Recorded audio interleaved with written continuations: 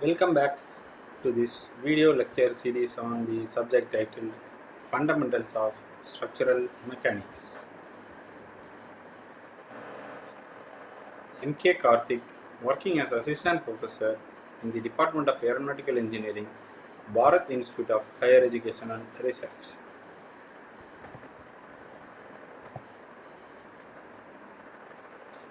In today's video, we are going to discuss about the topic torsion equation. So as we are all aware that torsion is nothing but the turning force which is applied on the shaft, which is used to transmit energy by means of rotation. So here from the figure you can note down you are having a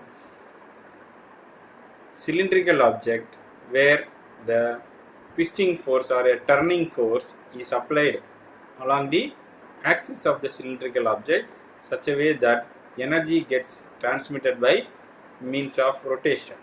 So this turning force is either applied on the pulley or through a shaft which is attached to the cylindrical object at a particular distance from the axis of the shaft, so that the turning force is transferred to the body. Now when you have a twisting or a turning force applied on a cylindrical object, so this is what going to happen. So you can very well see two images on the right side, where the top image is the one where the cylindrical object is without load, and the bottom image is obtained by applying a torque on the cylindrical object.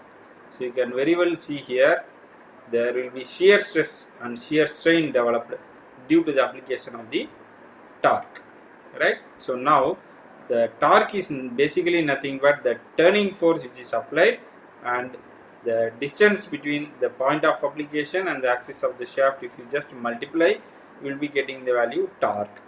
And this torque can also be called as a turning moment, or it can also be called as a twisting moment, right?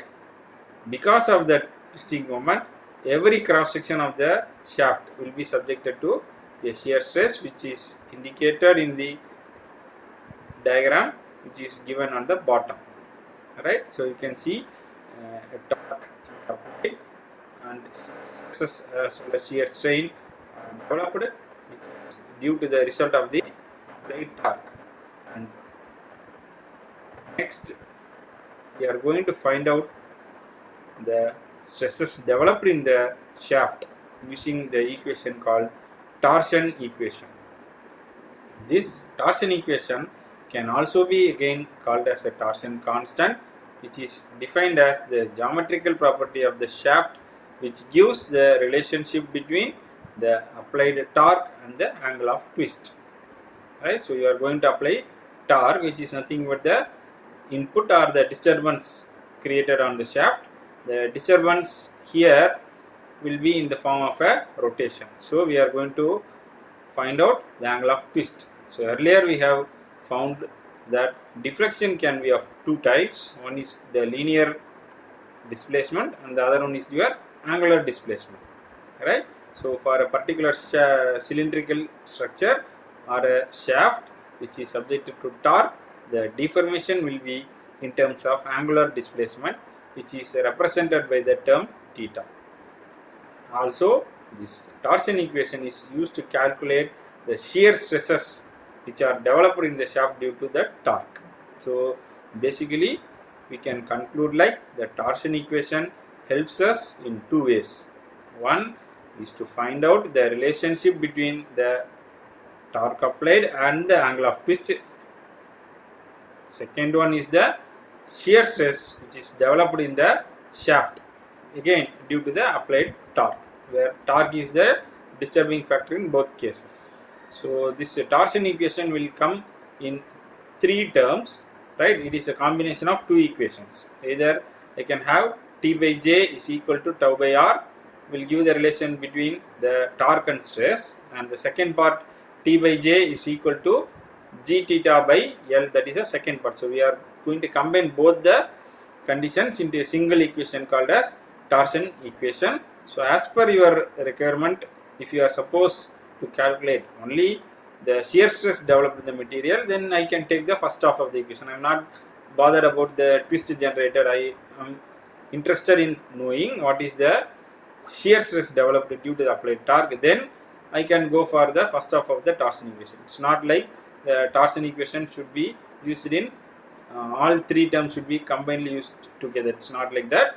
It is only a combined form of two different conditions, and you should note that T is nothing but the applied torque, this you know, and tau you know already, it is the shear stress which we are going to calculate, and the angle of twist is denoted by theta, and the remaining terms J is nothing but the polar moment of inertia for a cross section of the shaft. Normally we deal with circular shaft, so the polar moment of inertia for a circular cross section will be used. If it is a non-circular shaft, then we have to go for the formula which is non-circular, and that depends upon the shape of the cross section. Again, you have separate formulas for each shape, and R represents the radius of the shaft and L represents the length of the shaft. So this equation we are actually going to derive. We need to know how this particular equation has come. So that is what we are going to do. We are going to derive this equation in the upcoming. Right? As usual, whenever we are going to derive any equation, we normally make some assumptions.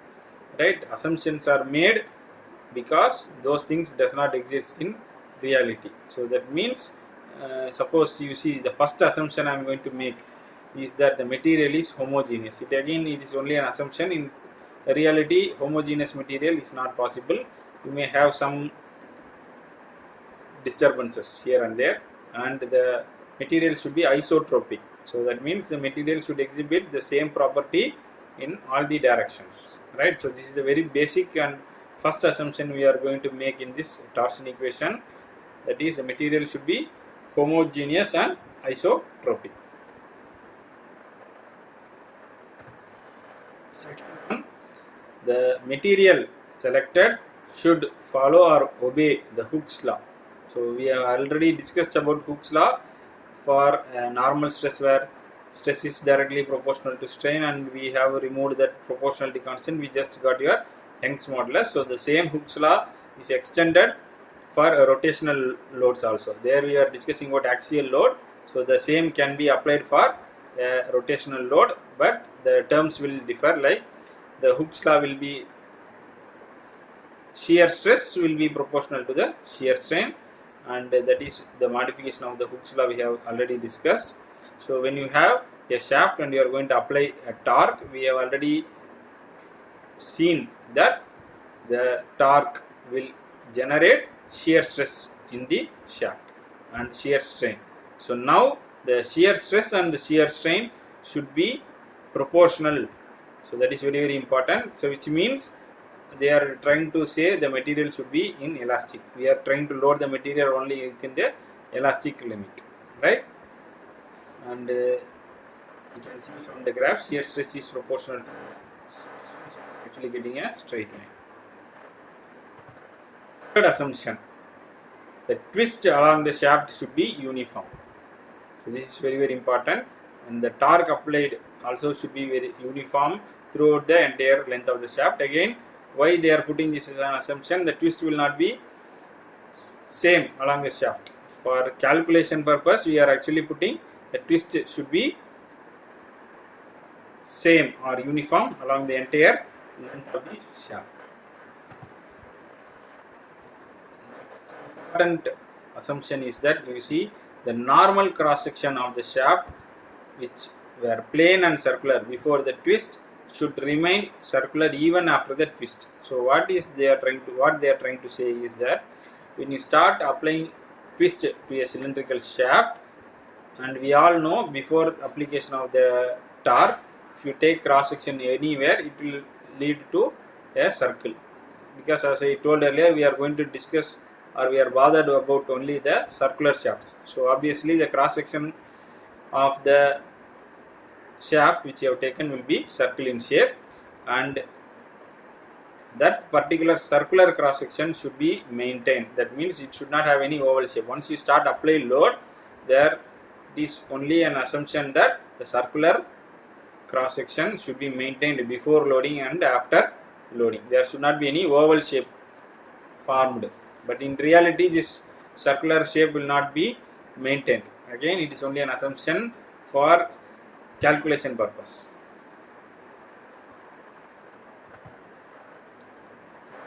Assumption, I guess, is all diameters of the normal cross section which were straight before the twist should remain straight with their magnitude unchanged after the twist. So that means again the diameter should be same throughout the entire length of the shaft before and after application of the load.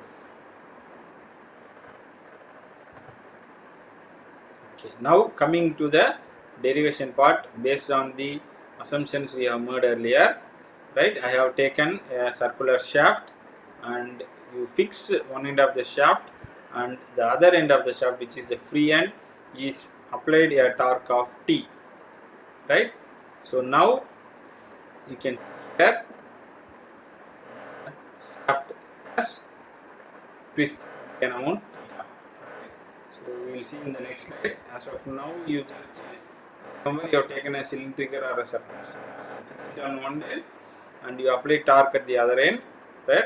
Let capital T be the torque applied on the shaft, and L represents the length of the shaft, and capital R or small r represents the radius of the shaft which we are using. Upon application of the torque, or if you have applied the torque T, now what happens? Every cross section of the shaft will definitely be subjected to shear stress. So this we have already seen, and to measure the shear stress, what we are going to do, I am going to take, or I am going to draw a line on the surface of the shaft. Let AC be the line which is applied or which is assumed before twisting, right? So initially what you do, you take a shaft, fix it one end, other end let it be free, you assume a layer AC or you draw a line AC on the surface of the shaft. Next you apply the torque. So once you apply the torque, the line AC will actually deform into A-C. Since the end C is fixed, the point C cannot move. It is already a fixed end as per our constraint which we have made. So the point A has actually moved from A to A-, and after the twist is applied, it will settle down at a point A-. So now what you do, you join that A- and C, right? So that is the surface of the shaft has actually deformed from CA to CA-, and in the side view also you can note down that the radius of the shaft, which is nothing but OA, has deformed to OA-. So we are actually taking two views. One is the side view and other one is the front view, right? So in both the views the twist has been observed, and if you see in the side view it is denoted as theta, and in the other view it is denoted as phi, where theta actually denotes the angle of twist, where that other one phi denotes the shear strain which is happening in the shaft. So this difference you should understand. Okay. So now that's what we have discussed. Let that angle ACA- will be denoted as phi, which is called as the shear strain, and the angle AOA- can be denoted as theta, which is the angle of twist, and we all know tau is nothing but the shear stress which is induced in the surface due to the application of your torque, and C or G, either you can use C or G, both are going to denote the modulus of rigidity of the material.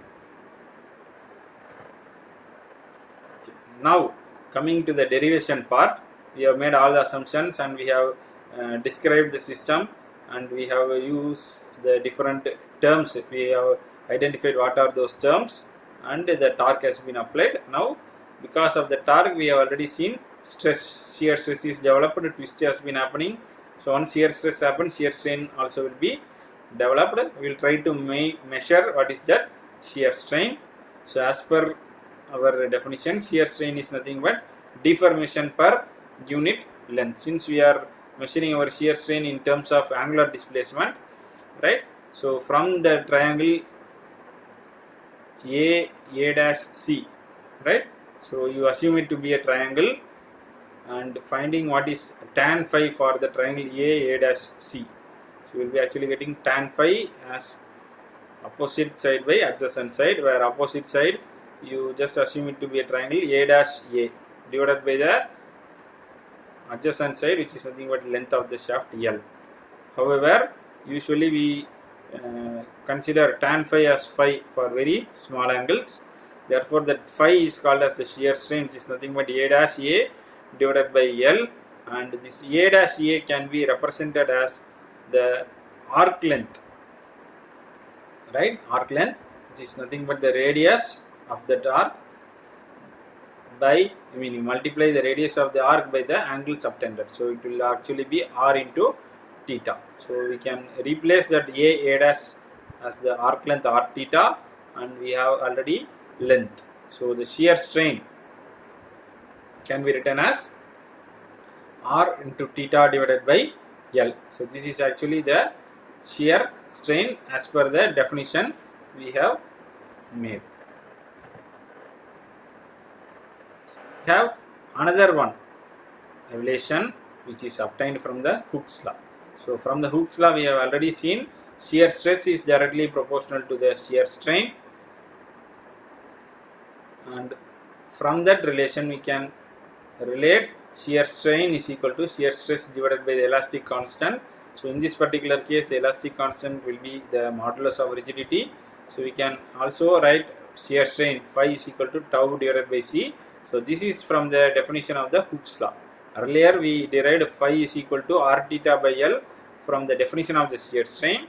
So now from the definition of the Hooke's law we have phi is equal to tau divided by C. So you just equate both the shear strain, we will be getting tau divided by C is equal to R theta by L, and slight modification we can rearrange like tau by R is equal to C theta by L. So this you just as of now note it down as equation number 1. Tau by R is equal to C into theta divided by L.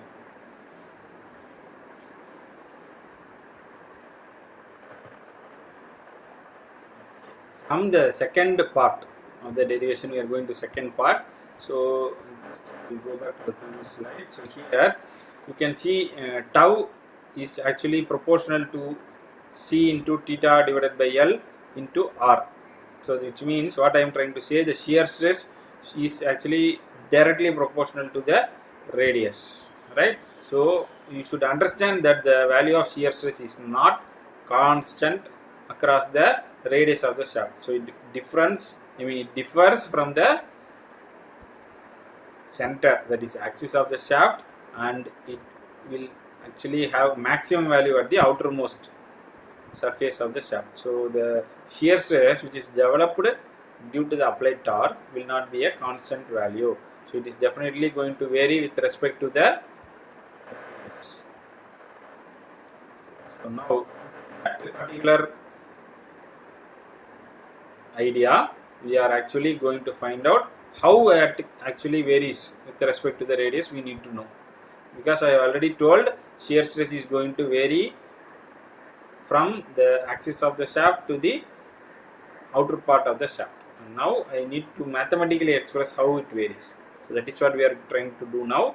So what we are going to do, we are going to take the cross section of the circular shaft, and you all know, and O is the center point, and it is the point where the axis passes through, and capital R is nothing but the radius of the circular shaft. So now to find out how the shear stress actually varies, I am going to take a small strip of thickness dx which is lying at a distance of x from the shaft center, right? And that particular strip will actually carry a shear stress, and let that particular shear stress be tau suffix x. So if I am going to write tau, it is going to be the shear stress in the shaft, which simply denotes the maximum shear stress. If I am going to write tau suffix x, and I have to mention at which location of the shaft that particular shear stress, right? So tau suffix x divided by r is nothing but again it will be equal to c theta by L. So we will keep that particular relation and we will try to develop some equations from that, right? So from here onwards we are going to divide into two parts. One will be for a hollow shaft I have to derive separately, and for a hollow shaft I am going to derive separately, but the logic will be same, right? So here I am going to repeat it two times for a solid shaft as well as your hollow shaft. So now first we will complete the solid shaft portion, right? The term strength of the shaft usually means the maximum torque or power it can transmit. So that is what we are trying to say by the term called strength, right? So now you take a shaft which is subjected to torque T, and you take an elemental area dA of thickness dx at a distance x from the center of the shaft, right? Now the element area or the area of the small strip which you have taken can be written as dA, which is nothing but 2 pi x into dx. So 2 pi x gives the circumference of the strip, multiplied by the thickness will give the area. So 2 pi x into dx will give the area of the small elemental strip, and the shear stress which is acting for this particular strip is given by tau x is equal to tau by r into x. Maximum,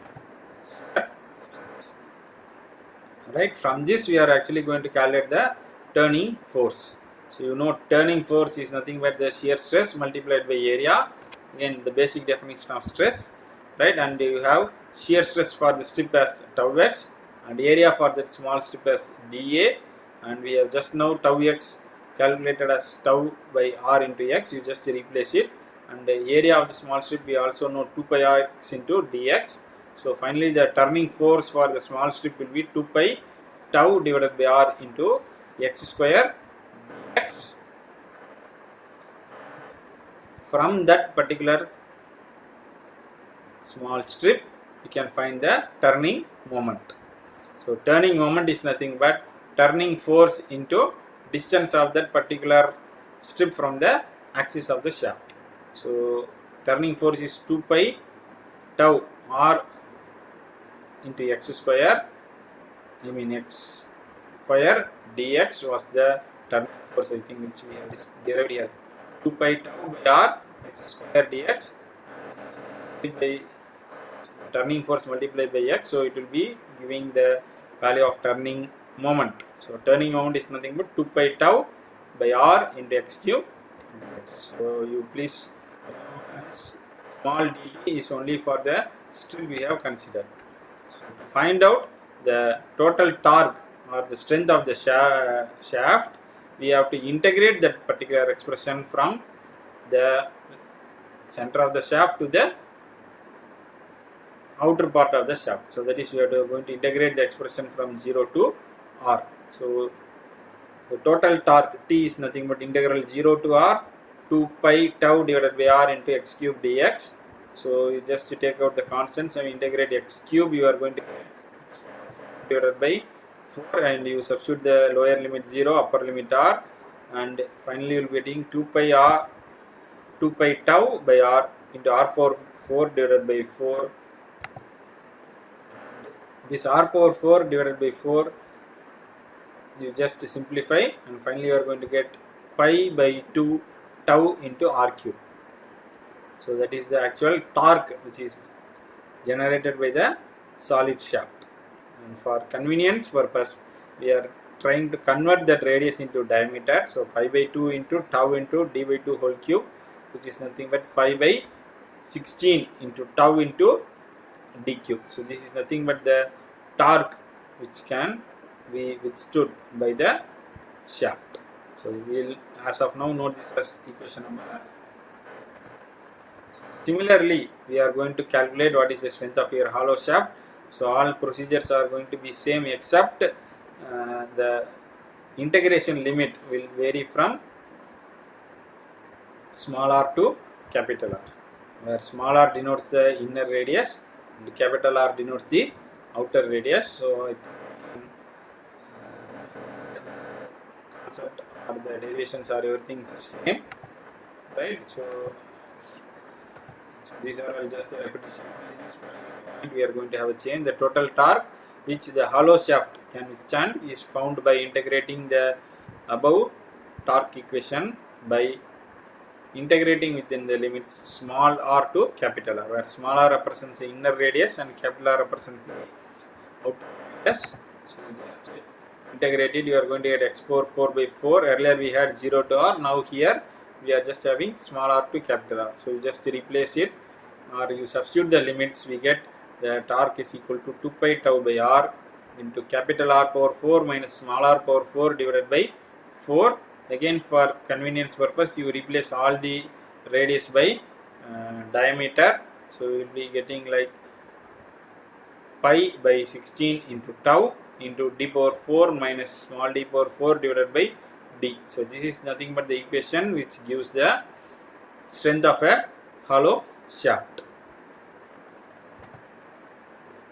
So now we have to combine both the equations, right? So we have derived your first equation as tau by r is equal to c theta by L, and from the strength equation or the strength part we have, as of now I am considering only your solid shaft, where the torque is equal to pi by 16 into t into d cube.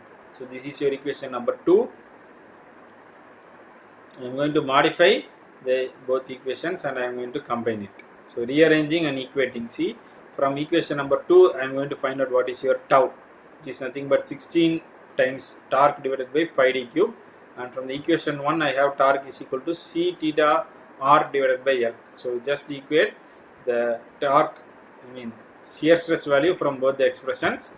16 t divided by pi d cube will be equal to c theta r divided by L, and just again bring the radius in terms of diameter. So I am going to get 16 t divided by pi d cube is equal to c theta d divided by 2L.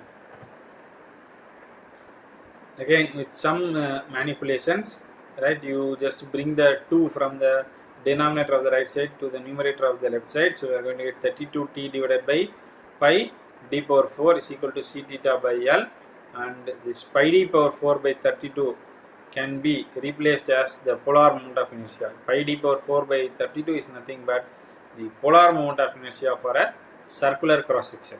So to bring that polar moment of inertia term, we are doing some manipulations above, and finally the torque equation can be written as T by J is equal to C theta by L. So this is the second part, and as we have already discussed it, T by J is equal to tau by R is equal to C theta by L will be the final expression of your torsion equation. So the tau by R is equal to C theta by L we have derived already, and now I have got T by J is equal to C theta by L.